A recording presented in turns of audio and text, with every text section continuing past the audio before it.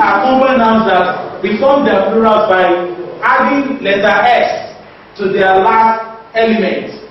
Now, if we look at the word boyfriend, the plural of the word boyfriend is boyfriends. We add S what to friend.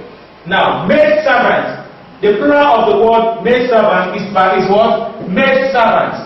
We add S what to servant. Now, forget me not is the name of a flower. So how do I make the plural of that particular word? Is by adding S word to not. It becomes forget me not. Onlooker. Those are two words, but it becomes one. By adding S word to the last element, which is what? Lucas. It becomes Lucas.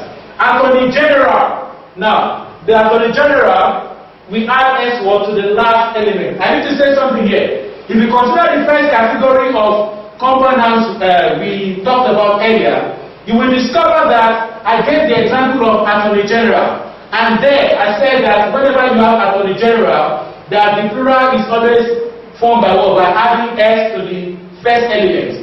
And now this example I'm saying again that the plural is formed by what? By adding S to the last element. Now the truth of the matter is that those are the two ways we can form the plurals of Attorney General. So we have two ways we can form the plurals. So what happens when these two options appear in the two words appear in the option, maybe A, B, C, D. When both options are available, now we choose this second option, which is what? Attorney Generals. But when this is not available, we choose what? Attorneys General. Look at another example. Assistant Director. Assistant Director. It becomes what? Assistant Directors. Now look at the word Major General. It becomes Major Generals. Now look at the word Man-Eater. It becomes Man-Eaters. And look at the word Woman-Hater. Somebody who hates woman, it becomes what? Woman what? Haters. Haters. Now that concludes our discussion of compound nouns. Well, now we want to look at the second case of noun. Now, under this particular aspect, we are going to talk about the genitive. Genitive. Genitive. We are still talking about nouns, but we are talking about the second case of noun, which is what? Genitive. Genitive. Now, what is the meaning of genitive? Genitive means what? Possession. How do we express possession? Using what? Nouns. Remember, there are different ways you can express possession. You can express possession by using what? Possessive pronouns such as mine, theirs, his, hers, and so on and so forth. We can also express possession by using possessive adjectives such as mine, their, his, and so on and so forth. But in this instance, we want to look at how to express possession by using possessive nouns or genitive. Now, how do I form the possessive case? The possessive case is formed, this is format. It's what? Noun plus apostrophe S. The possessive case for noun is formed by what? By having something like noun plus apostrophe S. For instance, if I want to show that a bag belongs to a man called Abraham, I want to show that this man Abraham, he owns this particular bag. Remember, the format is what? Noun plus apostrophe S. So it becomes what? Abraham's, that is the noun, then plus the apostrophe S. Abraham's bag. Abraham's bag. Another example, look at this. We are going to talk about maybe Sarah. Now, Sarah, I'm talking about Sarah and her children. I can ask you what? Sarah's children. Sarah's children. So what's the format for expressing possessive noun? It is formed by having a noun followed by what? An apostrophe S. Apostrophe and what? And S. Now let's consider some rules of the possessive case. Now let's consider some rules of possessive case. Now let's look at the first one. When a noun is singular, the possessive case is formed by adding apostrophe S to that noun. So in other words, when you have a singular noun, the possessive case is formed by what? By adding apostrophe S. So singular noun plus what? Apostrophe S. I can say what? The boys book. Remember, boys was singular, so I can say the boys book. That's an example. I can say Maria's shoes. Maria is singular, and I have what? Shoes. Another example, I can say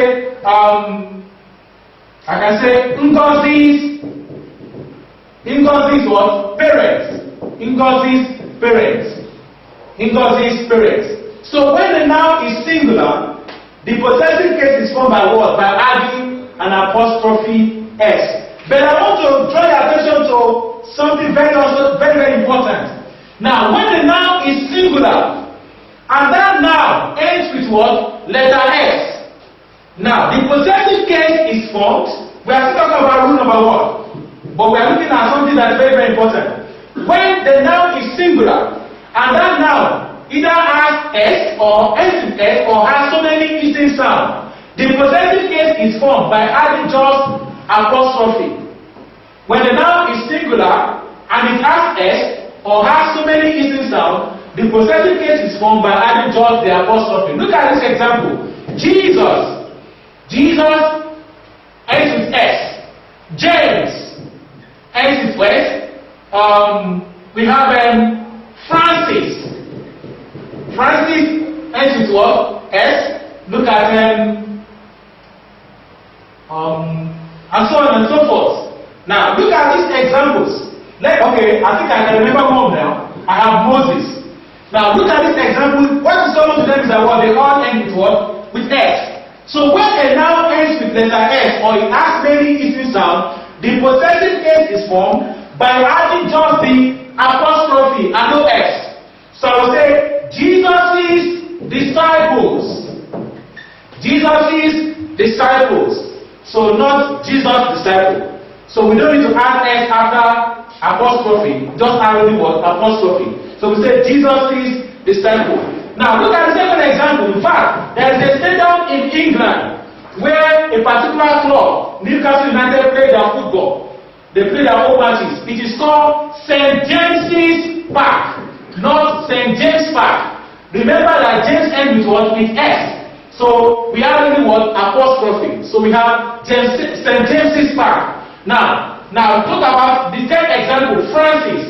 We say because Francis ends with S, we don't add the apostrophe. We say Francis's. It may sound funny, but it's actually what? Very interesting. Francis's bag. Now Moses' rod. So when a noun is singular and that noun ends with S or it has so many eating sounds, the possessive case is formed by adding just the apostrophe, no S. Now let's look at when the noun is. Let's look at number 2. When the noun is plural and it does not end with S, when you have a plural noun and it does not end with S, the possessive case is formed by what? By adding apostrophe S.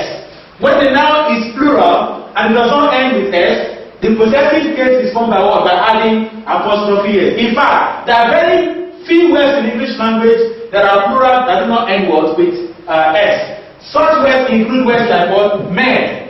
So if I'm talking about a club that belongs to men alone, exclusively men, I can say what? Men's club. Men is what? Is plural, but doesn't end with S. I will add what? Apostrophe S. So men's club. I can say something like women's clothes. Women's what? Clothes. Okay? Women's clothes. I can talk about children's. So apostrophe before S. Children's school.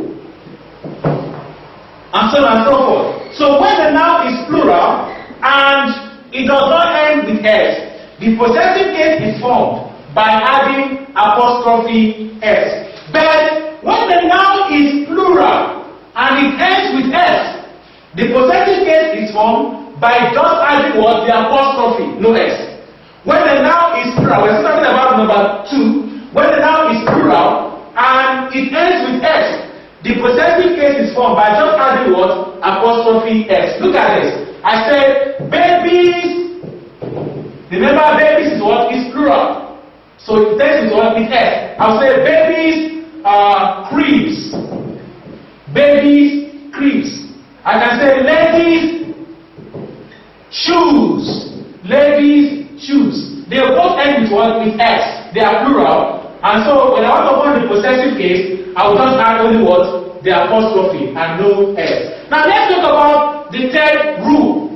The third rule. Now what is the third rule? When a name or a title consists of several words, when a name or a title consists of several words, the possessive case is formed by adding the apostrophe to the last word.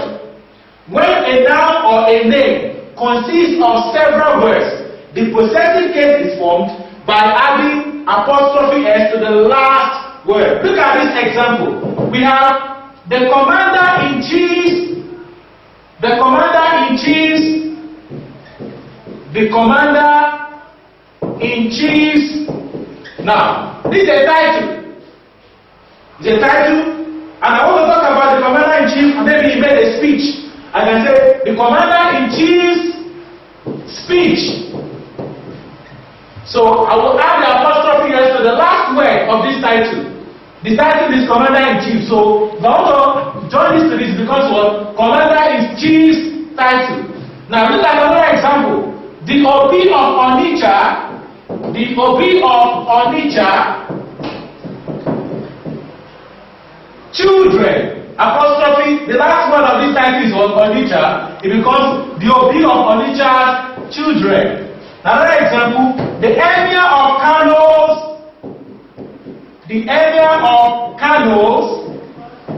cars. Apostrophe S after Kano. The emir of Kano's cars. So when a name or a title consists of several words, the possessive case is formed by adding apostrophe S to the last word of the name or the title. Now, another one we want to look at is number 4. Number 4. Now, number 4. Look at this. This is very interesting.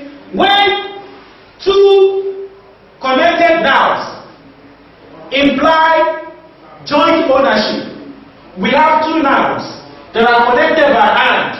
When they imply joint ownership, then the apostrophe S, the possessive case, is added to the last of the two words.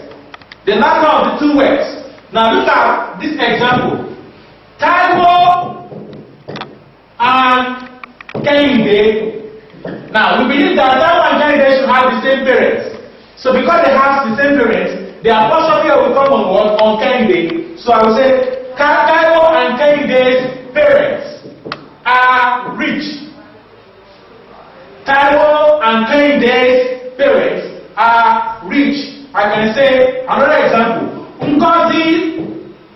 Ngozi and Ada's shop is big. Now, it means that Ngozi and Ada have only one shop, and because they have one shop in common, the apostrophe S will come on the second of the two nouns. So Ngozi and Ada's shop is big. So whenever two or more connected nouns imply joint ownership, the apostrophe S is added to the last of the two nouns. Now the last two we are going to talk about here is when two or more connected words, when they imply separate, then separate apostrophe S is added to each of the nouns. So each of the nouns take what? A separate apostrophe S. For instance, if I want to say something like Shoyinka and Achebe's books are available all over the world. Shoyinka and Achebe's books are available all over the world. I am not talking about the fact that both of them have the same book written together. No. I'm talking about Shoyinka's books. I'm talking about Achebe's books. So we are talking about separate. So because of that, the apostrophe S will be added to each of the nouns. So we say Shoyinka's and Achebe's books. Look at another example. John's and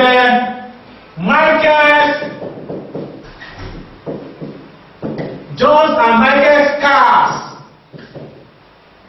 were among those recovered by the police.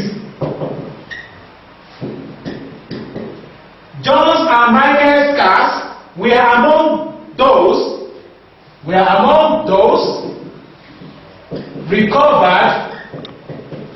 recovered by the police. John and Michael's cars were among those recovered by the police. So what we are saying is that John's car was among those that was recovered by the police, and Michael's car was among those that was discovered by the police. So we are not talking about the same car belonging to two people. So this concludes our discussion of genitive. Now we talk about the third case of noun, and that is what? Gender. Now gender is talking about whether the noun is masculine, feminine,